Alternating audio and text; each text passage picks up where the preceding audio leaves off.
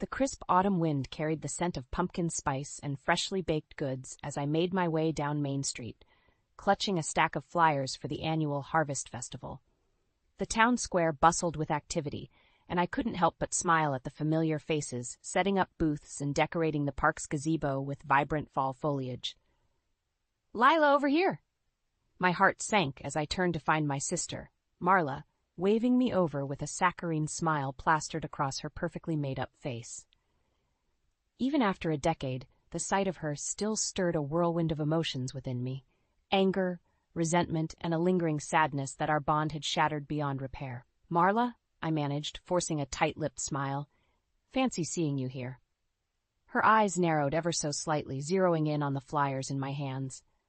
"Still running that quaint little bookstore of yours, I see." The condescending lilt in her voice was like nails on a chalkboard. "Yes, and it's doing quite well, thank you." Marla let out a derisive laugh, shaking her head. "You always were the hopeless romantic, clinging to those outdated dreams. When are you going to wake up and join the real world, Lila? A successful single woman like you shouldn't be wasting her time on such frivolous pursuits." My knuckles turned white as I gripped the flyers, fighting the urge to hurl them at her smug face. "At least I'm living an authentic life, Marla, instead of the facade you've so carefully constructed." Her eyes narrowed dangerously. "What's that supposed to mean?" "You know exactly what I mean," I shot back, my voice trembling with barely contained rage.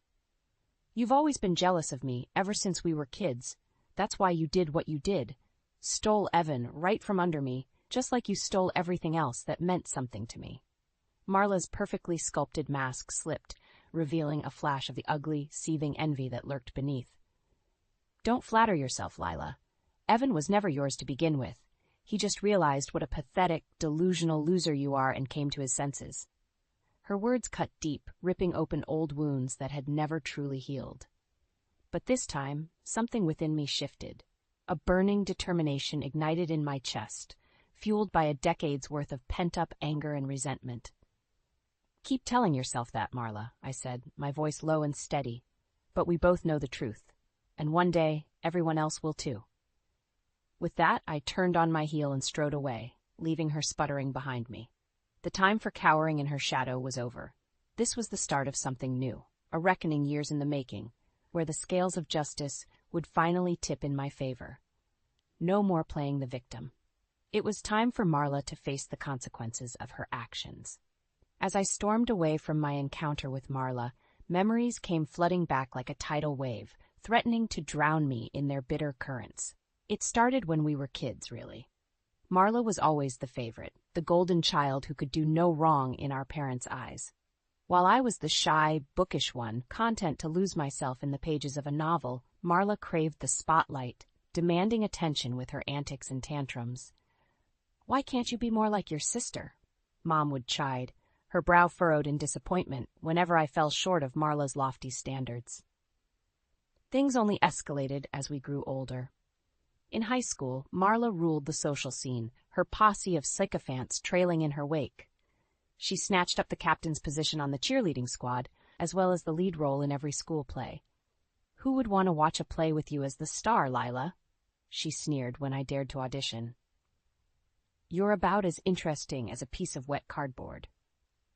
And then came Evan, the one bright spot in my life, the kindred spirit who saw something in me that no one else did. We met during our freshman year of college and instantly clicked, our shared love of literature, and quiet nights spent reading together forming an unbreakable bond. At least I thought it was unbreakable. "Evan and I are getting married," Marla announced over dinner one night, her perfectly manicured nails gleaming as she flashed her gaudy engagement ring. The world seemed to tilt on its axis as I stared at her, dumbfounded. Evan, my Evan, had proposed to Marla? The pieces started to fall into place, the hushed phone calls, the sudden cancellations of our dates, the distant look in his eyes. "How could you?" I whispered, my voice cracking with the weight of his betrayal. Marla simply shrugged, a cruel smirk twisting her lips. "He wanted a real woman, not some mousy little wallflower. Can you blame him?" Our parents remained eerily silent, their stunned expressions soon giving way to poorly concealed delight. Finally, their golden child was getting the happily ever after she deserved. That night, as I lay in bed listening to Marla's peals of laughter drifting down the hall, a hard knot of determination took root within me. She might have won this round, but I wouldn't go down without a fight. It was time to turn the tables on my so-called sister. The next morning I confronted Evan, demanding answers. But his words were little more than a slew of excuses and half-truths, each one more pathetic than the last. "I'm sorry, Lila, but your sister, she's just got this fire, this passion that I can't resist." His voice trailed off, his gaze averting from mine as if he couldn't bear to see the devastation etched across my face. In that moment, I knew there was no salvaging our relationship, no coming back from the depths of his deception. Marla had well and truly poisoned the well, her venomous influence seeping into every crevice of what we'd once shared. As I watched Evan slink away, shoulders hunched in defeat, a cold clarity washed over me. If Marla wanted to play dirty, then so be it. This was war, and I wouldn't rest until I emerged victorious, even if it meant razing her precious fairy tale to the ground. I slammed the door behind me, leaning back against the cool wood as I fought to catch my breath. My heart thudded painfully in my chest, the echoes of Evan's feeble excuses still ringing in my ears. A soft knock made me jump, and I whirled around to find Theo standing in the hallway, his brow furrowed in concern. "Lila? Are you all right?" I heard yelling. I opened my mouth to respond, but the words caught in my throat, a choked sob escaping instead. Tears I'd been holding back for far too long spilled down my cheeks, and I found myself enveloped in Theo's comforting embrace. He was an unlikely friend, the shy, socially awkward tech genius who lived down the hall. We'd bonded over our shared love of books and penchant for staying in on Friday nights, content in each other's company. "It's Marla," I managed finally, pulling away to swipe at my damp cheeks. "She's done something unforgivable." Theo's expression hardened, and he guided me into my apartment, settling us on the worn sofa. "Tell me everything." And so I did, the whole sordid tale spilling from my lips in a torrent of heartbreak and fury. Theo listened without interruption, his jaw tightening as I recounted Marla's latest betrayal. "That manipulative, lying snake," he muttered when I'd finished. "She's gotten away with this for far too long, Lila. It's time we put a stop to her games once and for all." I blinked, taken aback by the steely determination in his voice. Theo was always the voice of reason, the level-headed counterbalance to my occasional bouts of recklessness. "What do you mean?" I asked warily. He leaned forward, his eyes glinting with a newfound intensity. "We're going to expose her for the fraud she really is. Strip away that perfect facade she's so carefully constructed and show everyone the truth that she's nothing but a selfish, conniving witch who'll stop at nothing to get what she wants."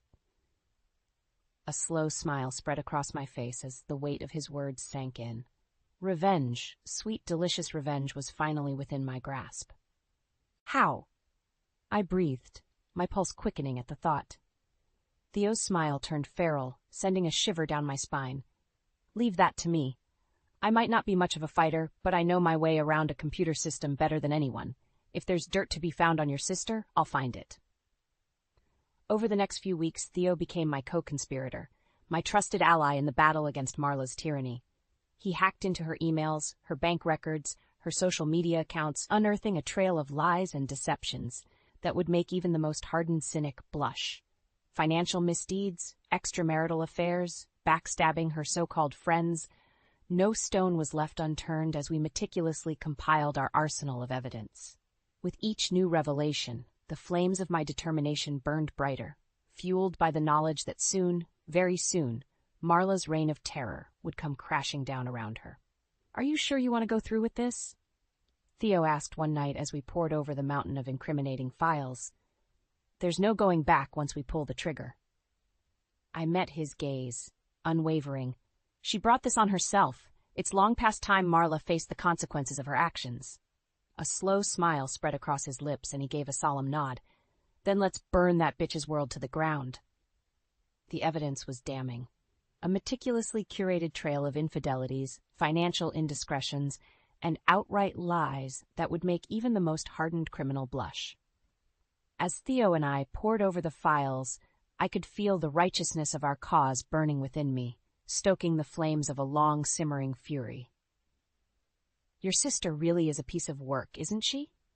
Theo muttered, shaking his head in disbelief as he scrolled through yet another lurid email exchange between Marla and her latest boy toy. I shot him a withering glance. You're telling me I've been dealing with her lies and manipulations my entire life. He let out a low whistle. Well, she certainly made a mess of things this time. The question is, what are we going to do about it? A slow, feral grin spread across my face as the pieces finally clicked into place. We're going to give her exactly what she deserves, a taste of her own medicine. Theo arched an eyebrow, intrigued. Do tell. Over the next few hours, we hashed out the details of our plan. A meticulously orchestrated takedown that would strip Marla of every last shred of her carefully cultivated dignity.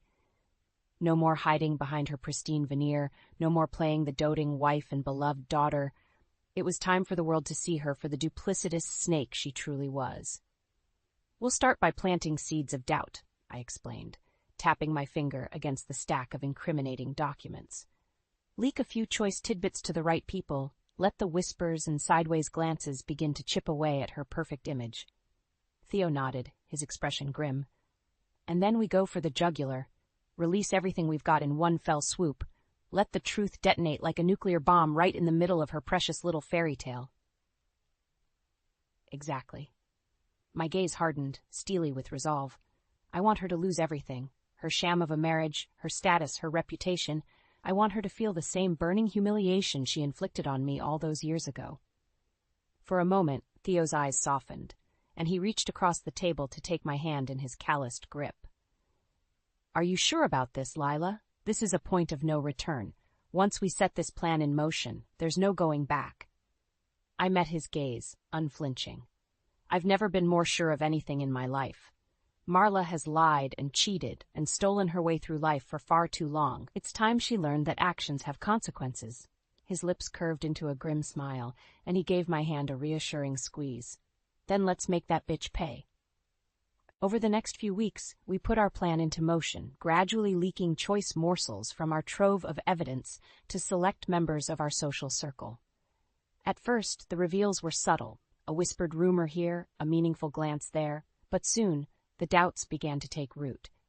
I could see it in the way Marla's closest friends started to regard her with narrowed eyes, in the stony silences that greeted her at book club meetings and Sunday brunches.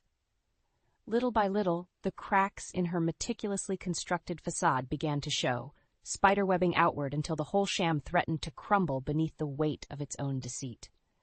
And still, we kept the pressure on, releasing more damning evidence with every passing week.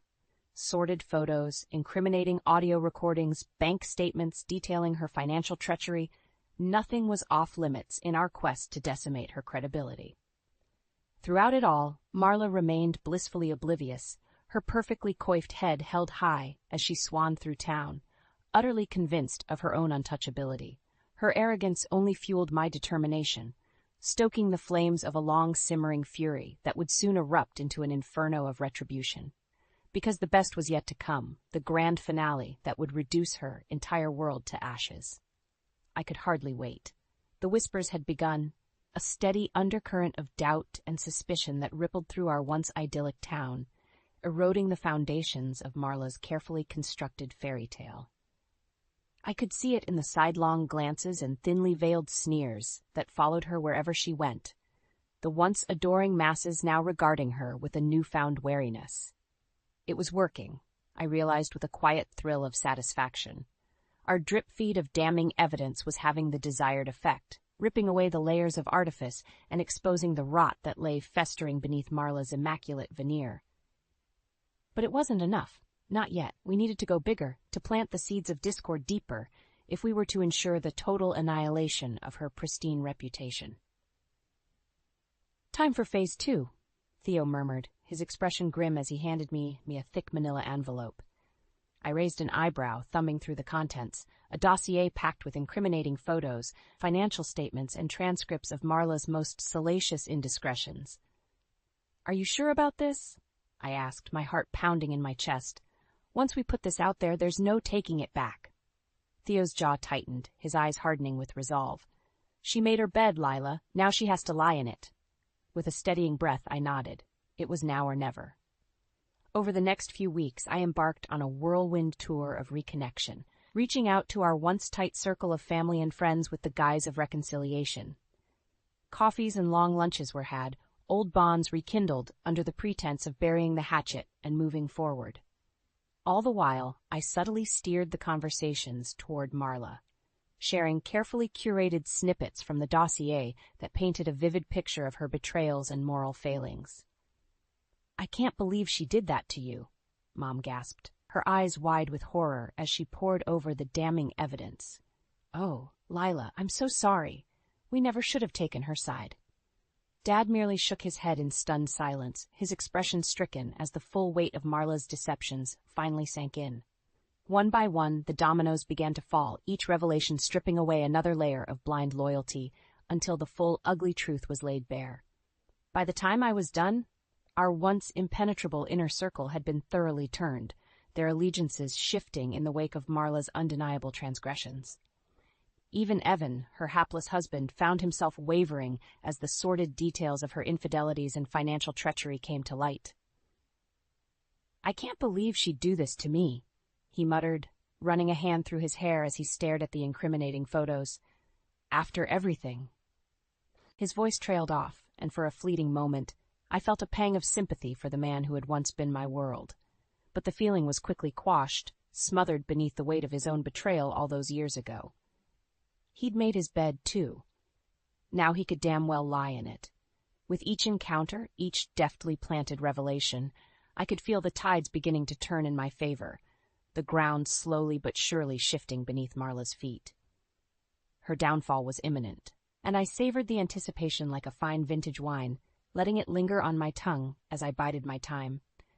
Because soon, very soon, I would have my reckoning, and Marla would finally answer for the lifetime of hurt and humiliation she'd inflicted upon me.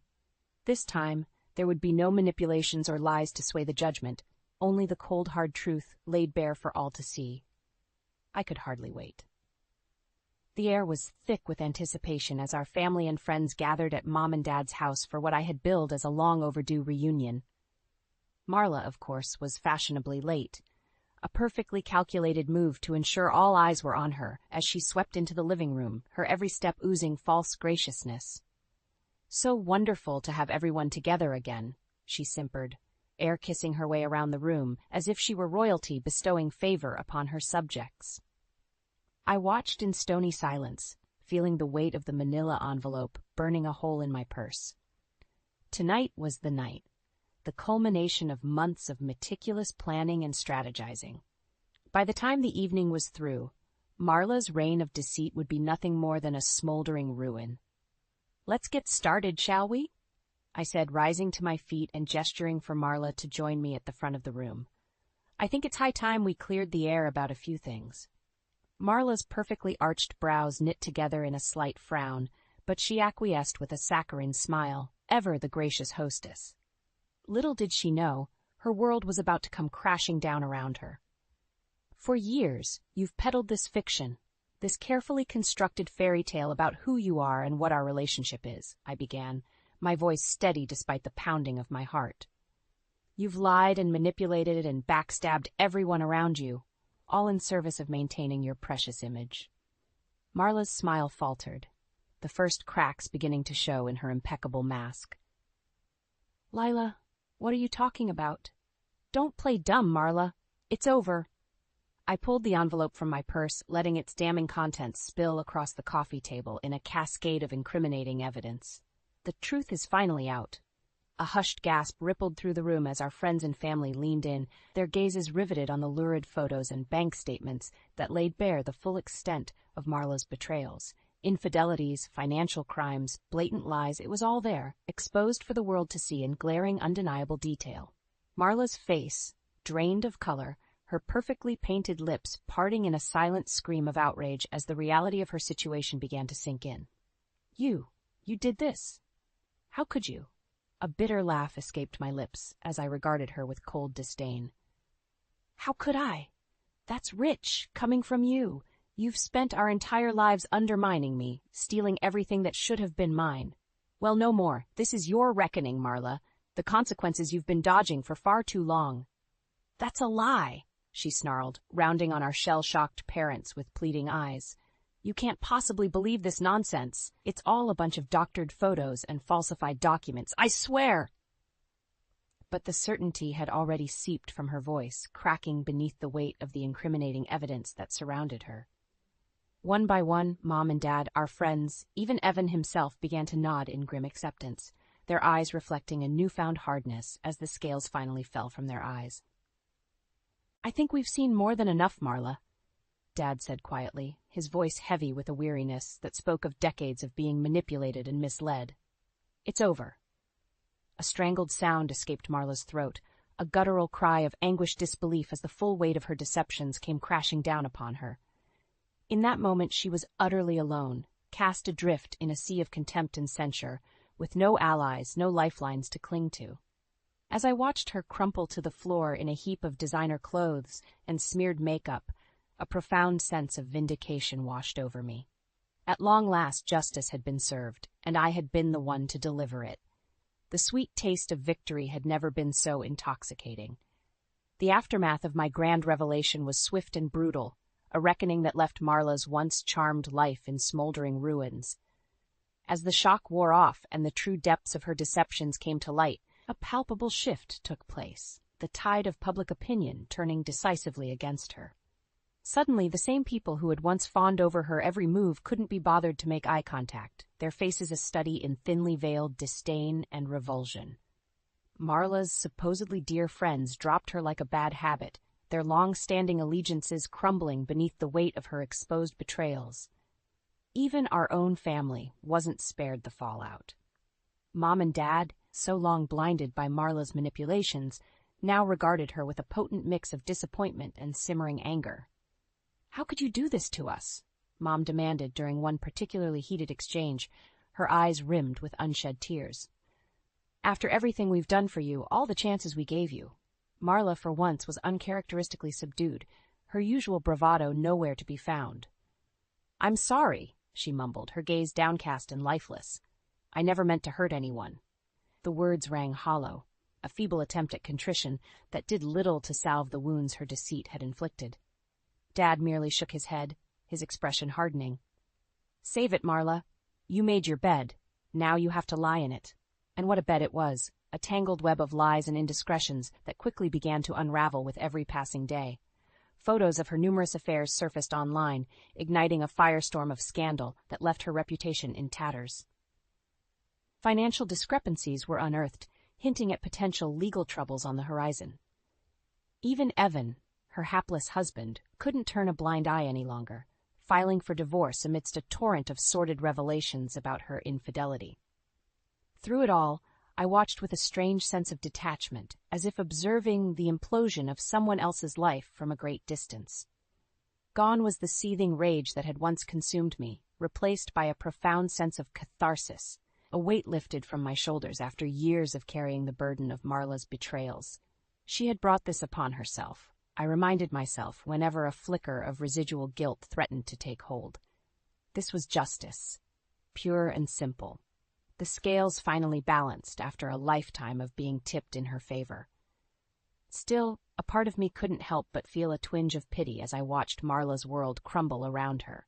She had become a pariah, shunned and reviled by the very people who had once hung on her every word. Her once vibrant spirit was utterly extinguished, replaced by a hollow shell of a woman who seemed to drift through life in a perpetual haze of shame and regret. It was during one such encounter, as I passed her on the street and caught a glimpse of her haunted expression, that a sudden clarity washed over me. This broken, pathetic creature was the true Marla, stripped bare of all her pretenses and deceptions, and in that moment I realized that I had already won. There was no need for further retribution or grandstanding. Her downfall was complete, her infamous reign of terror reduced to ashes and ruin. All that remained was for me to turn my back on the smoldering wreckage and begin charting a new course, one free from the shackles of her influence and the bitter chains of the past. As I walked away, head held high and shoulders squared, I couldn't help but feel a profound sense of lightness, as if a great weight had finally been lifted from my soul. The road ahead was uncertain, but for the first time in years it belonged solely to me. Marla's fall from grace was absolute, and I, the forgotten sister she had wronged so deeply, had not only survived it, I had emerged victorious. In the weeks and months that followed Marla's spectacular downfall, an odd sort of calm settled over my life. The all-consuming fury that had once burned like a raging inferno within me had finally been extinguished, leaving in its wake a profound sense of peace and acceptance. Oh, there were still moments when the old resentments threatened to resurface. A passing glimpse of Marla's haunted, hollow-eyed stare, or an errant comment from a well-meaning friend that dredged up the lingering pain of her betrayals. But those moments were fleeting, mere hiccups in my newfound state of tranquility. Because at long last I was free from the shackles of Marla's manipulations and the bitter chains of the past that had bound me for far too long. With her reign of deceit laid bare and her carefully cultivated image reduced to ash, the power she'd held over me had simply evaporated like a puff of acrid smoke dispersed by the winds of change. It was an odd sort of victory. I mused as I wandered the sun-dappled aisles of my bookstore one crisp autumn morning. Not the blaze of glory I might have once envisioned, with Marla beaten and humbled at my feet. No, this was something quieter, more profound. A reclamation of self, a shedding of old skins, and the rebirth of my own sense of worth and identity. "Hey, you!" The soft tenor of Theo's voice drew me from my reverie, and I turned to find him leaning against the doorframe, a hesitant smile playing at the corners of his mouth.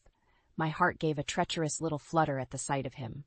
My co-conspirator, my partner in vengeance, and perhaps something more? "Hey, yourself," I replied, arching an eyebrow in silent query. "Everything okay?" He drew in a steadying breath, seeming to steel himself for whatever words were about to come tumbling out. I wanted to check in, see how you're doing with, well, everything." My lips curved in a rueful smile. "You mean with taking down the wicked witch of the Midwest?" Theo's grin widened, the familiar teasing glint returning to his eyes. "Something like that, yeah." I shrugged, aiming for nonchalance, even as my pulse quickened beneath the weight of his steady gaze. "I'm good, Theo. Better than good, actually. For the first time in longer than I can remember, I feel free." His expression softened, those warm eyes of his drinking me in with an intensity that sent a shiver racing down my spine. "I'm glad to hear that, Lila. Really glad." We lapsed into silence then, the words hanging heavy and electric between us. In that moment, I could have sworn I saw a flicker of something deeper in Theo's gaze. A promise, a beckoning toward new horizons and uncharted territory. But before I could gather the courage to give voice to the questions burning on the tip of my tongue, the spell was broken by the cheerful tinkling of the bell above the door, heralding the arrival of a customer. Theo blinked, his cheeks flushing slightly as he stepped back and cleared his throat. "Well, I should let you get back to it. Just, you know where to find me if you need anything, right?" I nodded, my own face growing warm as I scrambled to regain my composure. "Of course, always." With one last lingering look, he turned and slipped out into the bustling street, leaving me to ponder the myriad of possibilities that seemed to stretch out before me. New vistas waiting to be explored, unfettered by the baggage of the past. As I watched Theo's retreating form disappear into the crowd, I couldn't help but feel a spark of hope flicker to life deep within my chest. A new chapter was unfolding, one penned by my own hand and ruled not by the whims of others, but by the simple truths that had guided me through my darkest hours: resilience, determination, justice. Marla's reign was over. It was my turn to take the stage, and this time I had every intention of basking in the spotlight.